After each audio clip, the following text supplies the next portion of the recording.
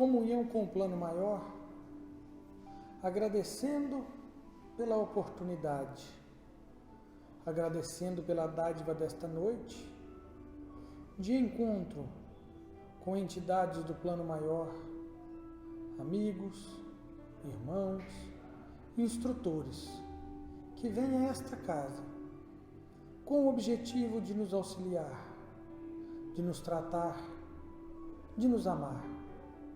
Mestre amado Jesus, que as suas bênçãos recaiam sobre a nossa casa, a nossa cidade, o nosso povo, Senhor, tão carente de carinho, de amor, de compreensão.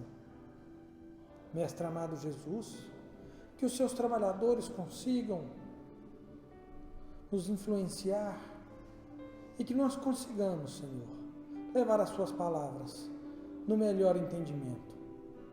Mestre amado Jesus, que o Senhor acolha a cada necessitado que adentra esta casa, em busca do conforto, em busca do esclarecimento.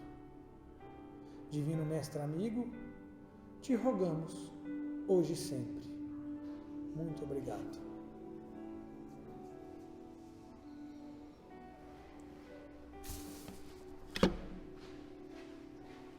No livro O Consolador, de autoria e psicografia de Chico Xavier e escritos de Emmanuel, nesse livro a gente pode se falar que ele, na verdade, ele é um livro de autoria também de Chico Xavier, porque ele participa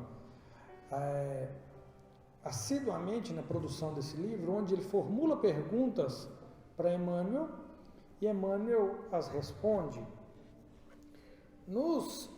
No item proposto para o nosso estudo, ele é dividido em itens e subitens.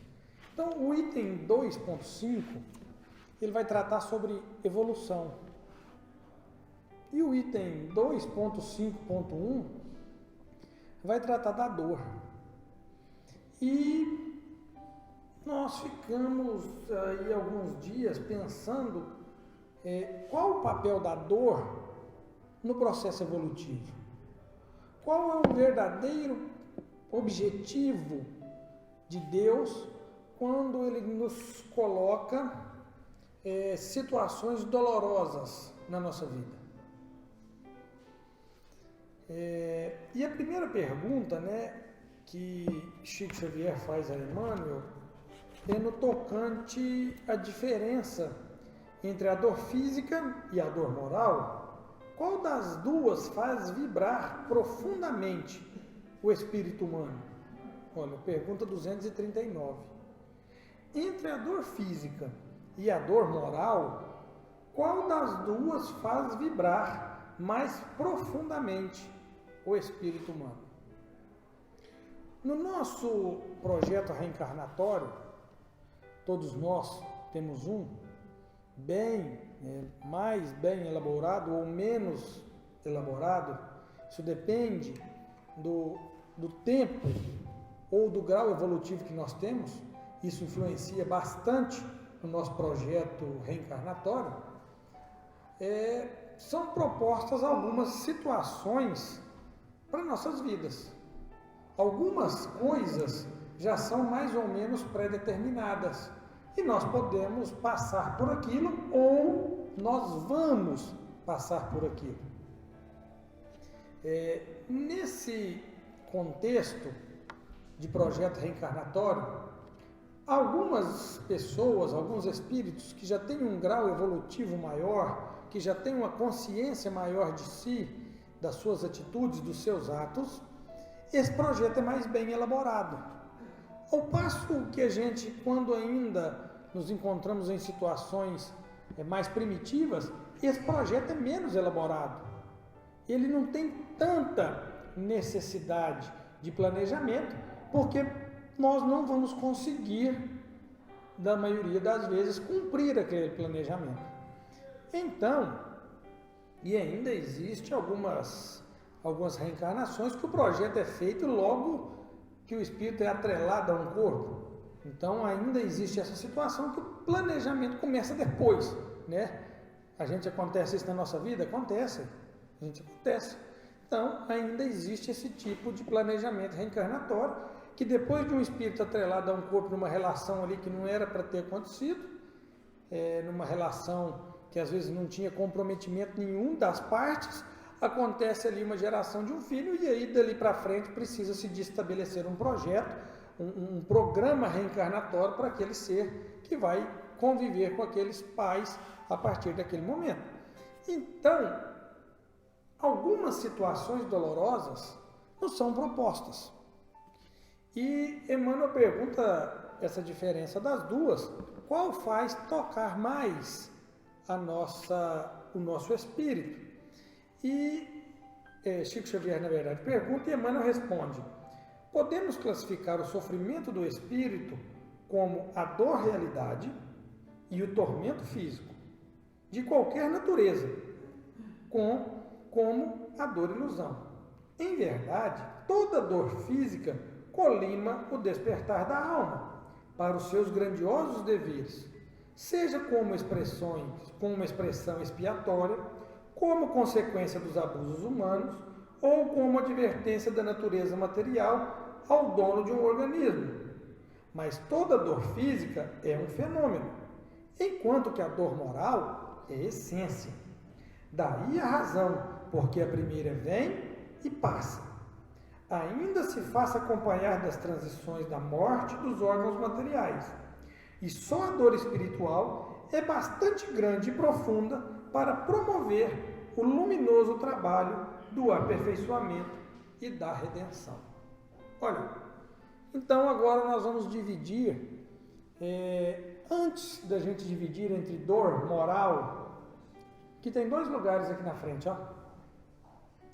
Antes da gente dividir entre a dor física e a dor moral, nós podemos dividir situações onde nós temos controle sobre essa dor. Essa dor é um problema que nós geramos a nós mesmos, ou situações onde nós não temos influência alguma. Nós não podemos estar além da nossa vontade. A gente tem cadeiras aqui, se quiser pegar, pode colocar aqui na frente também. Alguém ajuda aqui, tá? Pode pegar aqui, ó. Então, existem ainda estas situações onde nós não podemos, apesar da nossa vontade, e isso acontece.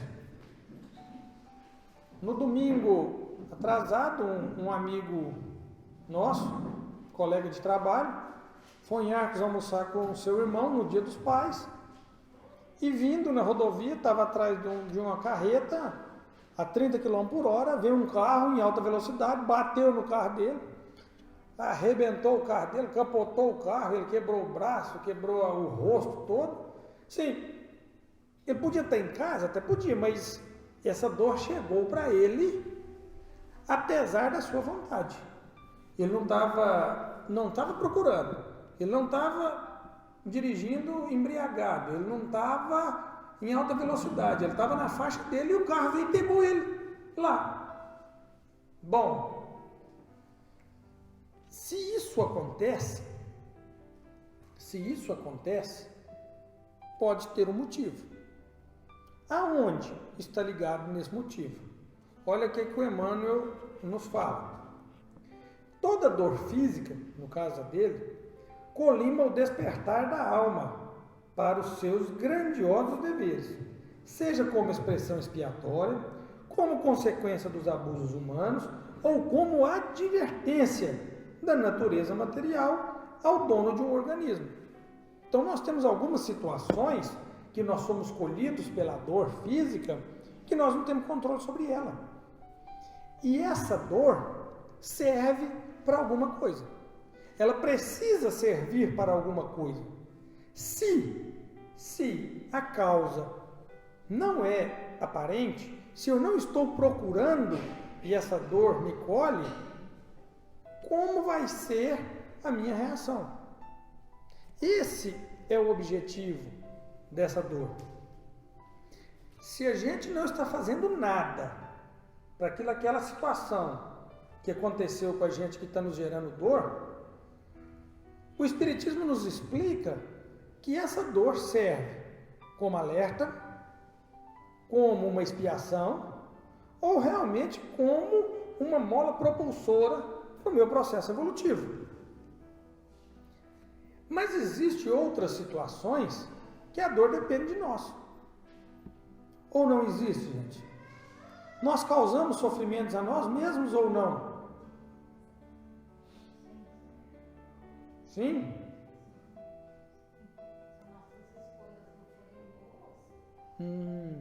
Alguém já escutou um ditado que fala assim, quem procura acha? Já ou não, gente? E é verdade?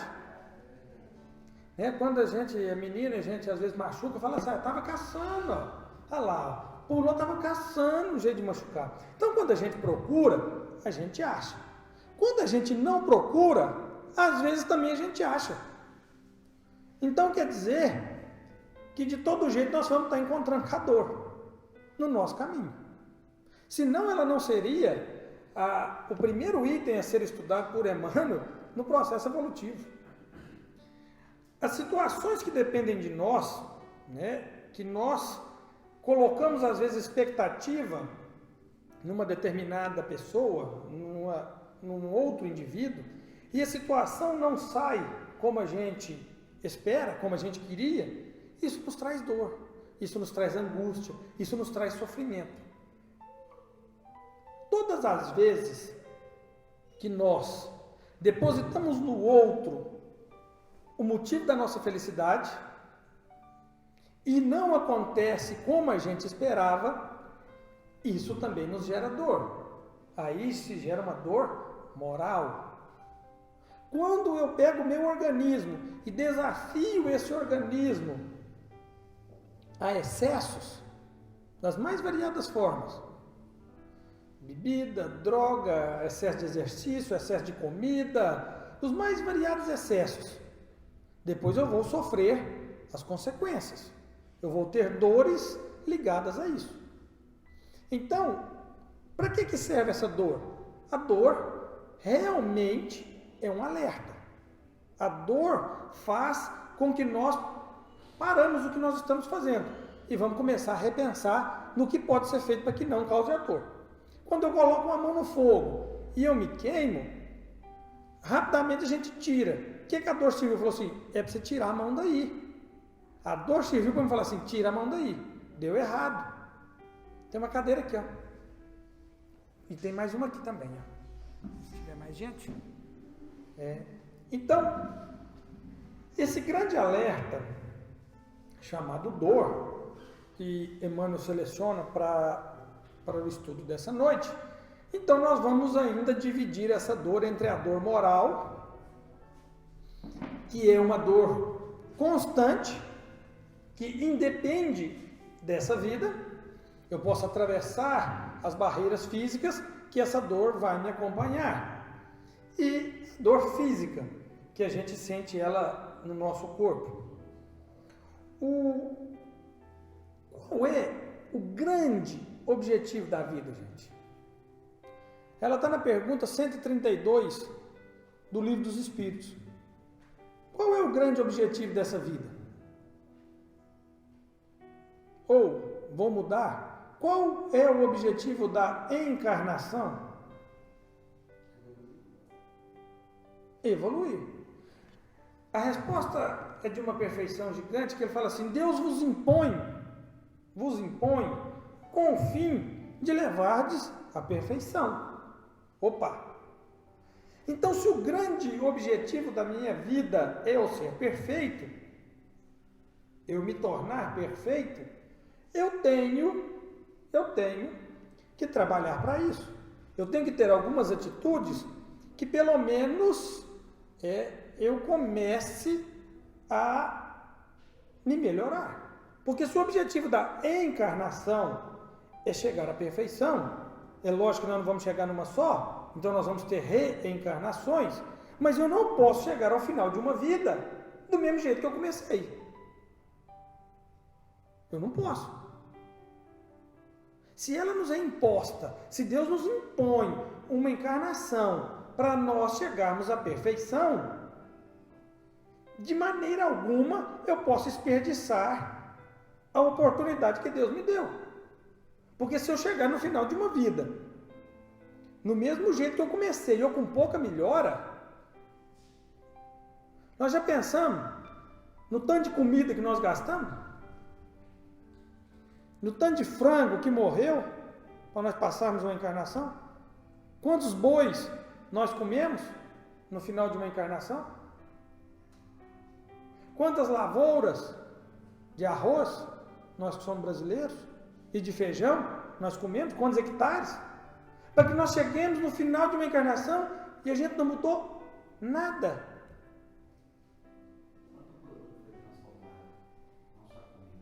Sim, quanto afeto, quanto planejamento que teve, quanto anjo da guarda pagiando a gente dia e noite, quantos pais, quantas mães, tios, padrinhos, amigos nos ajudando para eu chegar no final de uma vida e não ter melhorado nada. Olha o tamanho do investimento que Deus faz com cada um de nós, para que nós nos tornemos pessoas melhores.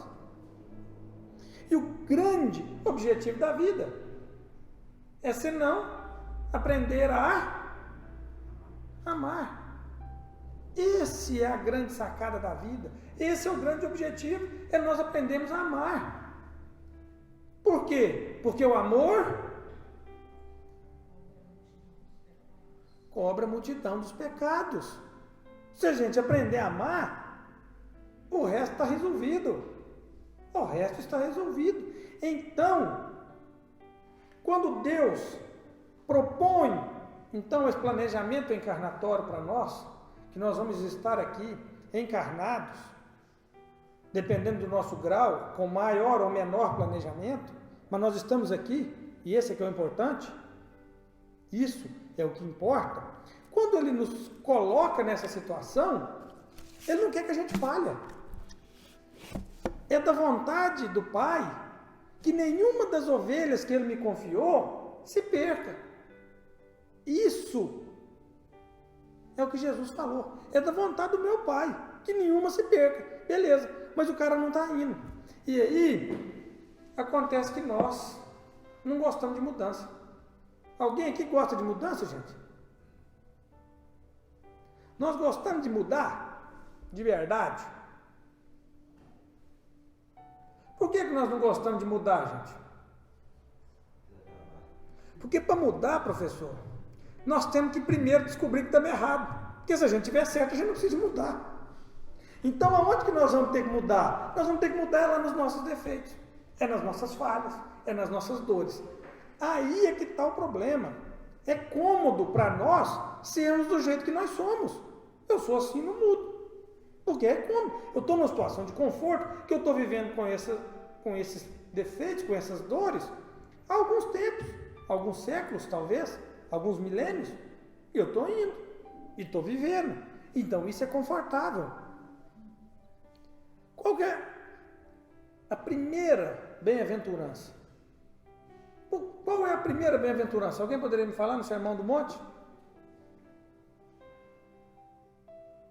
Bem-aventurado os pobres, porque deles é o reino dos céus. E o que se entende por pobre de espírito? Os humildes. Então vamos lá. Bem-aventurado os humildes, porque deles é o reino dos céus. E o que é humilde, gente? É aquele que sabe quem é. Humildade não é ser simplório, não é ser pobre, não é ser educado. Humildade é saber quem a gente é. Porque só o dia que eu souber quem eu sou, eu vou poder mudar. Porque se eu não me reconhecer, se eu não souber dos meus problemas, eu nunca vou mudar. Eu nunca vou mudar. E o Espiritismo ainda traz para nós mais uma cancha, para facilitar a nossa vida. Se eu estou numa encarnação que alguém me ajudou a planejar. Eu não estou procurando uma situação dolorosa. E a dor me colhe. Aonde que pode estar essa causa, gente? Me ajuda. Se eu não estou procurando, estou vivendo a minha vidinha, levando de manhã, vou para o trabalho, volto para o almoço, volto de tarde para o trabalho, termino meu trabalho, vou embora para casa. Eu não estou procurando nada. Não estou procurando mal nenhum, não estou beirando um bar, mas também não estou beirando uma igreja, não estou fazendo mal, mas também não estou fazendo bem, e uma dor me chega. Opa! Aonde que pode estar essa causa, gente? No passado? Opa! Numa vida anterior? No planejamento anterior? Ou numa própria ação dos nossos benfeitores espirituais para falar assim, vamos dar uma acordada nesse cara aí, porque ele não está indo, não. A vida está passando aí, ó, ele já está com quase 40 aí, ó, não está fazendo nada. Vamos dar um cutucadinho nele aí? Porque não está indo. Então, a dor nos chega de determinadas maneiras, de vários tipos, cada um de um jeito. Cada um de um jeito. E ela faz o que, gente? O que a dor faz? Ela é o pontapé da mudança. Quando eu não quero fazer uma reforma íntima, quando eu não quero buscar encontrar os meus defeitos para eu me melhorar, que seja de um deles, que eu acho que a gente tem que fazer, um de cada vez, às vezes a dor vai me encontrar. E aí eu tenho que reagir. E nós podemos reagir de várias formas. Nós podemos reagir de várias formas. Quais são as formas que nós reagimos às dores? Primeira forma que normalmente a gente reage com revolta. Por que Deus faz isso comigo? Mas não é possível, justo comigo? Mas tem que ser comigo mesmo? Então, e quando nós nos revoltamos, gente, quando a gente nos revolta com uma situação, com uma prova, com uma dor, e nós não resolvemos aquela dor, o que acontece? O que acontece com uma criança ou com um jovem que não consegue tirar a média, professor, no semestre? Antigamente era no bimestre. O que acontecia com ele? Não, no bimestre. O senhor está muito ditador aí. O que acontecia quando a gente não conseguia tirar a média no bimestre? A gente ia para a recuperação. Então a gente teve a prova. Não passamos, não tiramos a média. O que a gente faz? A gente perde um pouquinho das férias, não perdia? Só tem as férias. A gente perdia um pouquinho das férias e ia para a recuperação. O que é a recuperação? É mais uma oportunidade. Vamos dar uma apertadinha agora, porque assim, deu aquela prova lá e não passou bem. Vamos apertar um pouquinho? E então, quando a gente também vai na recuperação e não passa de novo, o que acontece, gente? Aí eu já agora fiz a minha prova, não deu. Eu fui na recuperação, não deu. O que a gente faz? O que os professores adoram? Repete o ano, né, professor? Você não ia falar isso, mas já falou. Eles adoram. Repete o ano. Nós vamos ficar retidos, na verdade. Nós não vamos repetir o ano, nós vamos ficar retidos, porque o ano passou. A nossa turma foi. E nós ficamos retidos naquela matéria. Nós vamos ficar retidos naquela dor, até que a gente consiga resolver aquilo. Até que a gente vai conseguir resolver. Porque a vida vai passando. A vida vai passando. Gabriel, você comentou do investimento que Deus faz na pessoa para que ela melhore. Né? Toda a sociedade. Vamos lembrar também que quando a pessoa é reprovada na escola, tem todo um investimento nela também, dos pais, dos colegas, da sociedade, que quer que ela melhore, mas muitas vezes ela não pega isso. No final do semestre, né? Provavelmente você escuta muito, então, meu professor não me deu um ponto. Aí um dia um cara falou assim, mas eu nunca dei ponto para ninguém não, quem tira ponto é o aluno. Ah, meu professor me deixou de recuperação, porque é por conta de 2 pontos, tá? Mas e os outros 40 que você podia ter tirado e não tirou? Então, acontece essa cobrança no outro, porque a gente não consegue encarar os nossos problemas. E aí eu deposito a culpa em quem que me deu bomba? No professor. Ah, o professor me deixou de recuperação. O professor não me deu um ponto, era só mais um ponto e eu ia passar na matéria dele, e ele não me deu ponto. O que a gente faz isso? A gente faz isso com Deus. Ah, mas Deus pôs para mim essa aí, ó, essa é muito difícil. Aí ele pôs um tanto de questão para mim aqui que é muito difícil. Aí passou a turma toda e eu não passei. Resultado, era difícil para todo mundo? Ou faltou um pouquinho de esforço? Ou faltou um pouquinho de empenho? Então Jesus, ele nos mostra que frente à dor, frente às dores que nós temos na nossa vida, nós podemos ter 2 opções, ou a revolta, ou a resignação, ou a gente encarar realmente essa dor, o processo, essa dor física, essa dor moral, e ver o que ela vai nos trazer de bem. O professor hoje, selecionando, né, os novos temas, ele sugeriu o tema sobre a vida de Jerônimo Mendonça. Vai ser um tema extremamente interessante. Olha, nós vamos entender o que a dor fez na vida dele. Eu não vou contar, vou deixar cenas do próximo capítulo, mas nós vamos entender qual foi o papel da dor na vida daquele homem. Alguém aqui já viu um relato da mãe do Cazuza, quando ela fala do sofrimento, da dor, da perda de um filho? A mãe dele, né, todo mundo, se alguém nunca viu que o filme do Cazuza possa ver, o Cazuza era um cantor brasileiro muito famoso e ele foi tolhido pelo HIV na década de 80, onde no Brasil praticamente não se existia recurso, nos Estados Unidos também não se conhecia a doença. Foi mais ou menos o que aconteceu com o Covid agora, nos nossos últimos 2 anos, mas pensa há 30 anos atrás, sem a bagagem que nós já tínhamos adquirido com o HIV. Então ele foi para os Estados Unidos, ele tentou todo tipo de tratamento e não teve jeito. Ele foi colhido pela morte.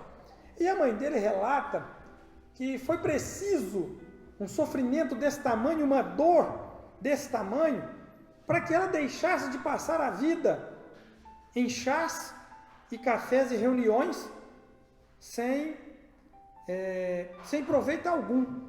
Quando ela perde o filho, com aquela dor, ela trabalha aquela dor, monta uma instituição de amparo a pessoas com HIV e vai trabalhar em prol do próximo.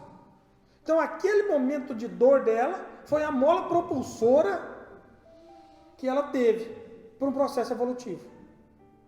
Não que ela precisasse ter passado por aquilo, mas às vezes ela ia passar na vida e a dor é que realmente foi a mola propulsora para o seu desenvolvimento espiritual. E Jesus nos ensina que o melhor contra a dor é não revidar. É não revidar. Se te pedires a túnica, dai também. Se te pedires a capa, dai também a túnica. Não revida contra a dor, não. Se te convida a caminhar 1000 passos, caminha mais 1000. Entenda o processo doloroso, entenda a dor que nós estamos sentindo e vamos com ela. Não vamos bater de frente. Ofereça outra face. Porque o processo da dor, quanto mais nós relutarmos contra a dor, mais dolorido vai ser. Mais dolorido vai ser o nosso processo. E se nós estamos sendo colhidos pela mesma dor, liguemos o sinal de alerta. Liguemos o sinal de alerta. Por quê, gente?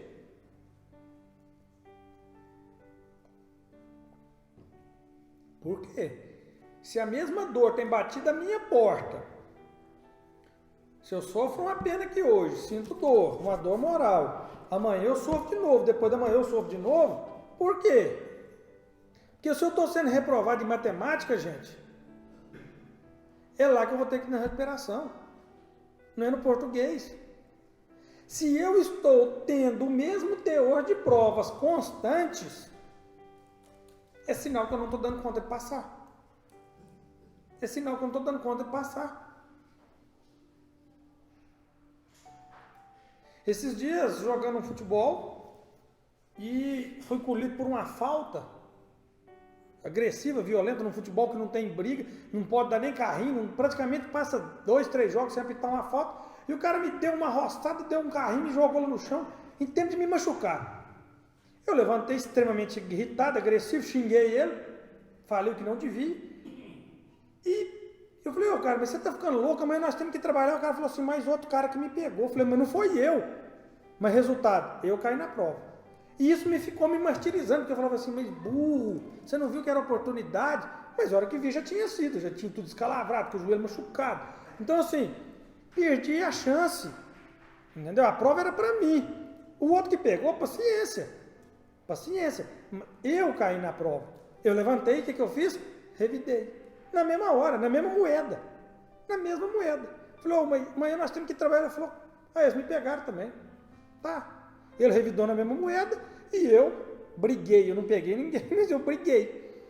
Então, o que é isso? Provavelmente daqui uns dias eu vou ter que tomar uma outra entrada dura para me aprender. Ou eu posso aprender nas próximas atitudes. Porque se eu não aprender, daqui uns dias eu vou ter que sofrer de novo.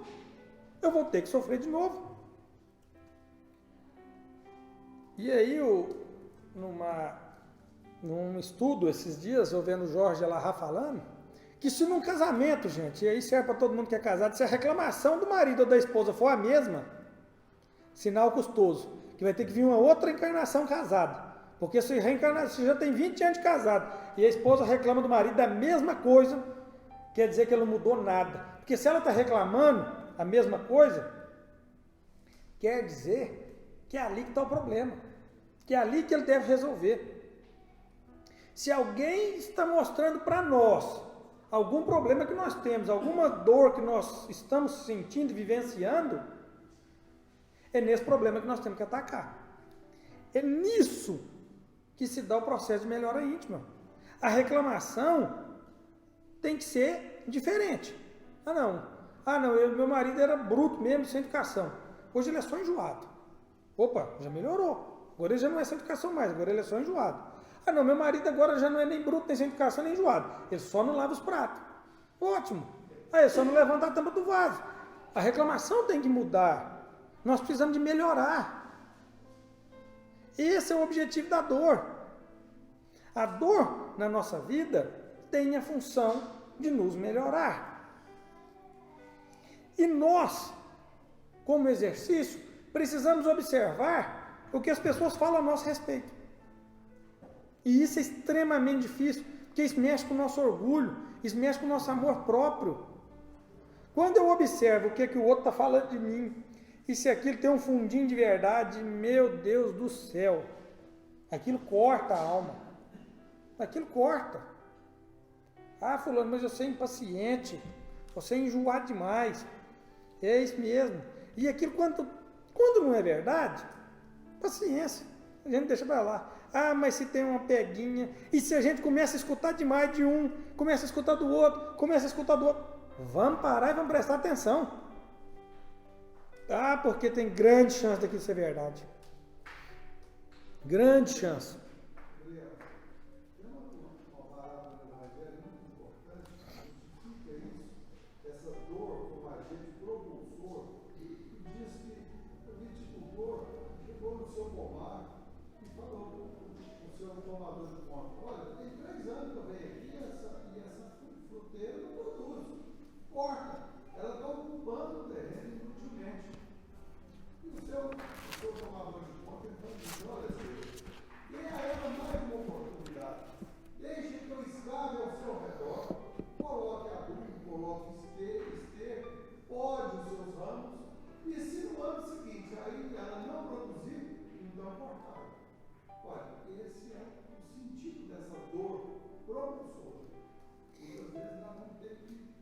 ser cortados, para que a gente saia de uma zona de conforto e se deixe no sentido positivo.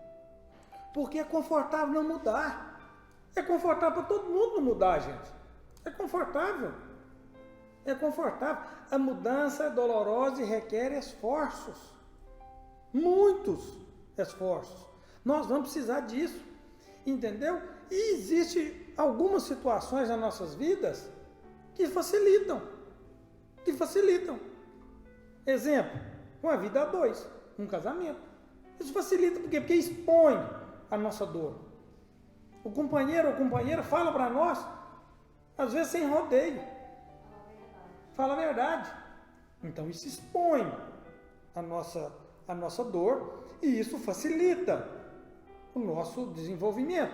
Uma vida em família facilita o nosso desenvolvimento. Por quê? Porque lá não tem muito segredo. A gente é o que é. A gente pode tentar ser melhor, é objetivo, porque ninguém nasce pronto. Então, quer dizer, a melhora constante, a reforma íntima, ela é um trabalho diário. Ela é um trabalho diário, onde eu tenho que ir garimpando. E se eu tenho que ser assim no meu trabalho, ser educado, ótimo. Lá em casa, às vezes, eu não preciso de ser educado, eu posso ser mal educado. Mas no meu trabalho, eu preciso de ser educado. E lá é um exercício. A hora que eu chego em casa que eu não sou educado, às vezes eu sou cobrado. Opa, então eu não sou cobrado lá em casa. É a mola propulsora para eu me melhorar. Filhos, olha, agora eu já tenho 2. Quando eu não tinha, a gente já tem uma pressão muito grande em cima do que tem. Ah, mas que menino birrento. Ah, que menino chorão. A gente, Deus da gente, a gente vai ver que realmente o menino chora. Que realmente o menino dá birra. Que o menino não fica caladinho o tempo todo, igual a gente queria que fosse. Se vocês tivessem, eu tinha que ter filmado eu preparando esse estudo esse final de semana. Eu tinha que ter filmado. Eram os 2 meninos em cima de mim o tempo inteiro. Eu quero desenhar também, papai. Eu quero escrever, escrevia. Põe o colchão no chão, pulava para lá, pulava para cá. Pegava os cadernos, carregava os cadernos para lá, subia. O tempo todo. Então os filhos vão nos amaciando. Vão vendo, e a gente no começo do primeiro filho, é um enjoamento danado com o primeiro. No segundo, já está tranquilo. A hora que está no 9º filho, 7º filho, né? Eu acho que a gente daqui a um tempo, quando a gente falar que isso vai acontecer, os meus netos falam, não, ó, o vovô seu, com meus netos, seu bisavô tinha 9 irmãos. Eles vão falar assim, não, mentira, isso não existia, não. Não existia. Aí aquilo já cai chupeta no chão, você já põe na boca, cai bala no chão, você já pega, não, tem uma tal de regra aí que é 3 segundos, você pode contar que não dá nada. Então isso vai amaciando e nós vamos mudando conceitos. Nós vamos deixando o radicalismo de lado, porque as situações afetivas também nos modificam. As situações afetivas também nos amansam, vão nos flexibilizando. Olha, eu vejo isso na carne lá, a diferença dos dois, do primeiro para o segundo. E a gente vê na história da humanidade, a gente vê que a gente podia até a gente gostar muito no interior, mas o outro não tinha amor. Hoje a gente já está vendo que as pessoas já estão buscando isso, né? Os filhos de escravos eram maltratados, porque eram escravos, você vê que a pessoa tem um cargo menor, ela é tratada bem da mesma forma. Isso a humanidade está evoluindo muito. As crianças que não são do sangue, os outros também estão sendo bem tratados, a gente está vendo muita evolução. Muito, porque nós temos outras formas de evoluir sem ser com a dor. Segundo o ditado, o avô é um cavalo bravo que o filho amansou para o neto poder andar. Esse aqui é o ditado. E se não for assim, se o avô não for um cavalo manso, está errado. Esse é o objetivo. Nós vamos continuar com os netos, o dia que tiver, com a mesma severidade que teve com o primeiro filho. É assim? Quem é avô aqui? É assim? Avô põe no castigo? Não põe de jeito nenhum, ué. Mas a mudança, ela tem que acontecer. Se os netos não forem servir para nos melhorar, também então para que tê-los? E aí é que nós vamos começar a distinguir as dores e qual vai ser a nossa resposta frente à situação. Quando eu souber distinguir que aquela dor foi eu mesmo que me causei, daquela que eu não posso fazer nada, aquela que eu me causei, eu tenho que fazer de tudo para eu não continuar me causando. Eu tenho que continuar fazendo de tudo para eu parar de me causar dor. Aquela que não tem responsabilidade minha, eu tenho que entender e ver no que eu posso mudar com aquela dor, com aquele momento. Opa, disso aqui, o que eu vou tirar proveito? Eu preciso me movimentar para me melhorar. Eu preciso me movimentar. Porque o problema, gente, sou eu comigo mesmo. O problema, a dor é minha. E ela é um problema meu que eu tenho que resolver. Ela não é problema do outro. Mas é o outro que está pondo fogo em mim. O outro é que não está me deixando irritado. O outro é que está fazendo isso. Não, ele pode fazer o que ele quiser. A reação sempre é minha. Eu é que vou reagir. A situação é eu é que vou definir. André Luiz, no livro Agenda Cristã, traz uma lição fantástica. Olha, não se fira com a calúnia. Olha para você ver que lição. Não se fira com a calúnia. Apenas viva de maneira de que ninguém possa acreditar no caluniador. Olha a grandeza desse ensinamento, gente. Não se fira com a calúnia, não importa se vocês estão falando mal de você. Apenas viva de maneira de que ninguém possa acreditar no caluniador. Olha que lição. A hora que eles forem caluniar, fulano, o ciclano é daquele jeito ali mesmo. Não, aquele ali não. Porque o cara não vive daquele jeito, a vida dele é outra, a vida dele é limpa, ele faz isso, isso e isso. Não, aquele ali não. Você não precisa falar mal dele não, porque eu não acredito. Olha, acabou. Você resolveu o problema. Porque o outro fez isso e isso comigo. Não adiantou nada. Mas o que nós gostamos de fazer? É de brigar com o caluniador. Se eu tomar falta, eu levanto e falo assim, rapaz, não me pega mais não, só uma hora nós machucamos, não, mas eu levantei, briguei, perdi. Isso é a gente entender como resolver os problemas. Resolver as nossas dores. Porque se a gente resolver uma dor, gente, ela está resolvida. Se a gente resolver uma dor moral, ela está resolvida. Acabou. Vamos para a próxima. Porque nós vamos ter próxima. Mas aquela não, aquela está resolvida. Hoje, dentro desse momento, a pandemia, o sofrimento das pessoas, é muito comum. No meu caso, muitas pessoas me procuram lá na loja, achando que eu tenho poderes mágicos de resolver o problema das pessoas, achando que eu tenho alguma capacidade para isso. E quase todas as pessoas vêm com aquela crença de que algum mal foi feito para elas. Você pode me ajudar? Eu acho que fizeram coisa ruim para mim, ou para o meu filho, ou para o meu marido, ou para a minha esposa. É aquela terceirização do problema. Nunca a pessoa imagina que nela, no filho, na filha, no marido, na esposa, é que está certo primeiro do problema. O mal pode até vir, mas desde que você tenha mantido a porta aberta, desde que você tenha regalado a janela da sua casa para que alguém entre e te faça mal. Mas as pessoas querem uma solução mágica, como se fosse possível tirar o problema e ir para fora, sem que a pessoa se envolvesse no problema. Então, esse é um dos processos graves.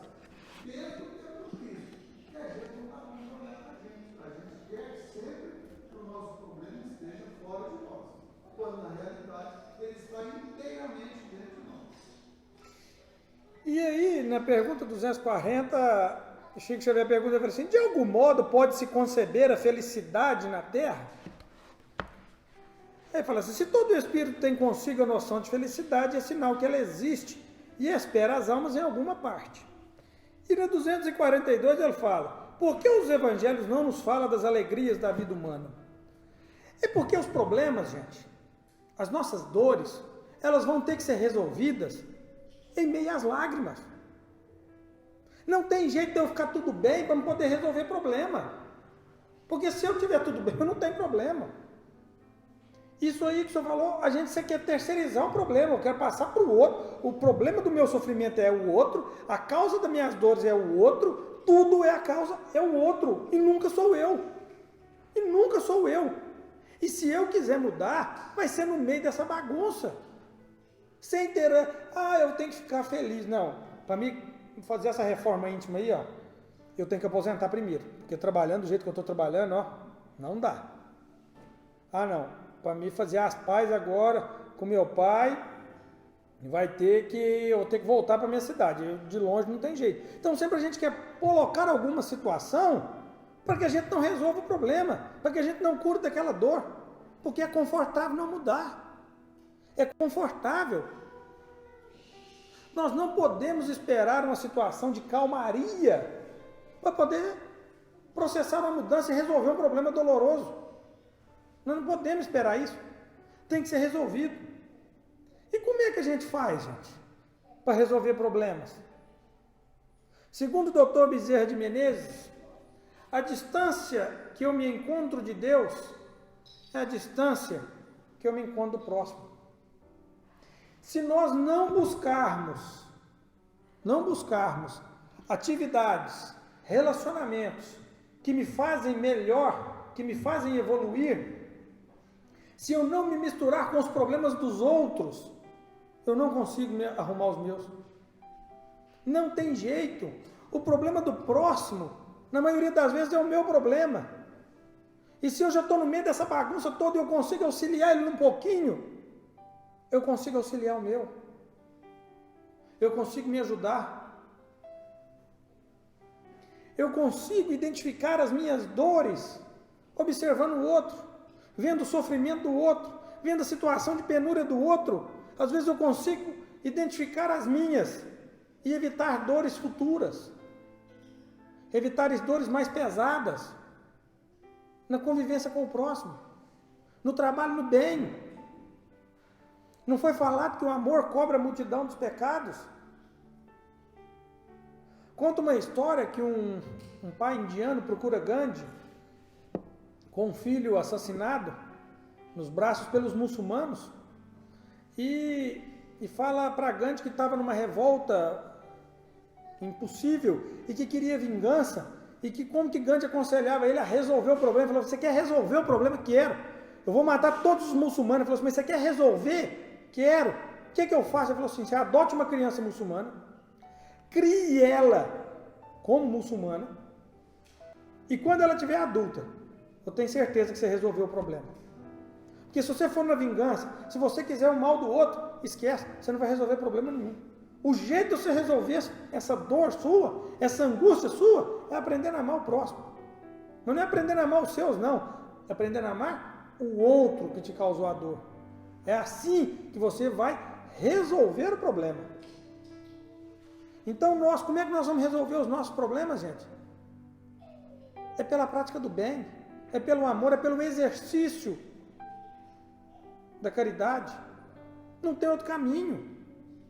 Então nós vamos identificar as nossas dores, convivendo com as nossas dores, convivendo com as dores dos outros. E nesse emaranhado, nós vamos vencendo os nossos desafios, um após um. Igual o trabalho do AA, é um dia de cada vez, é um problema de cada vez. Reconhece-se o verdadeiro espírita pela sua transformação moral. Não é porque ele está transformado, não, é pela sua transformação constante. Da onde ele saiu, para onde ele está indo. E pelos esforços que ele emprega em domar as suas más inclinações. Isso é que é o sentido da vida. Esse é que é o sentido da vida. E Chico Xavier, a gente já puxando para o final, ele fala para nós, olha, quanto mais te convenceres que podes ser feliz, de que tem em ti os atributos da paz, ação, resistência e amor, mais as facilidades te chegam. No entanto, se prefere as lamentações na recusa à prática do bem, ou no cultivo de vícios, ergues desnecessariamente barreiras a ti mesmo. Olha, quanto mais te convenceres que pode ser feliz, de que tem em ti os atributos da paz, ação, resistência e amor, mais as facilidades te chegam. Nós precisamos de acreditar que o problema nosso é nosso mesmo e não é do outro. Não é ninguém que fez para mim, não. E eu é que posso resolver esse problema. Eu é que posso resolver esse problema. Só eu, na verdade. Mais ninguém. Algumas pessoas podem me auxiliar, mas ninguém resolve esse problema para mim. Ninguém. E na última pergunta, olha, na 245, se é justo, olha a pergunta de Chico Xavier, se é justo esperarmos no decurso do nosso roteiro de provações na Terra, por determinadas dores, devemos sempre cultivar a prece? A lei das provas é uma das maiores instituições universais para a distribuição dos benefícios divinos. Precisais compreender isso, aceitando todas as dores, com nobreza de sentimento. A prece não poderá afastar os dissabores e as lições proveitosas da amargura. Então não adianta ir lá no meu pai e pedir para ele rezar para nós, não.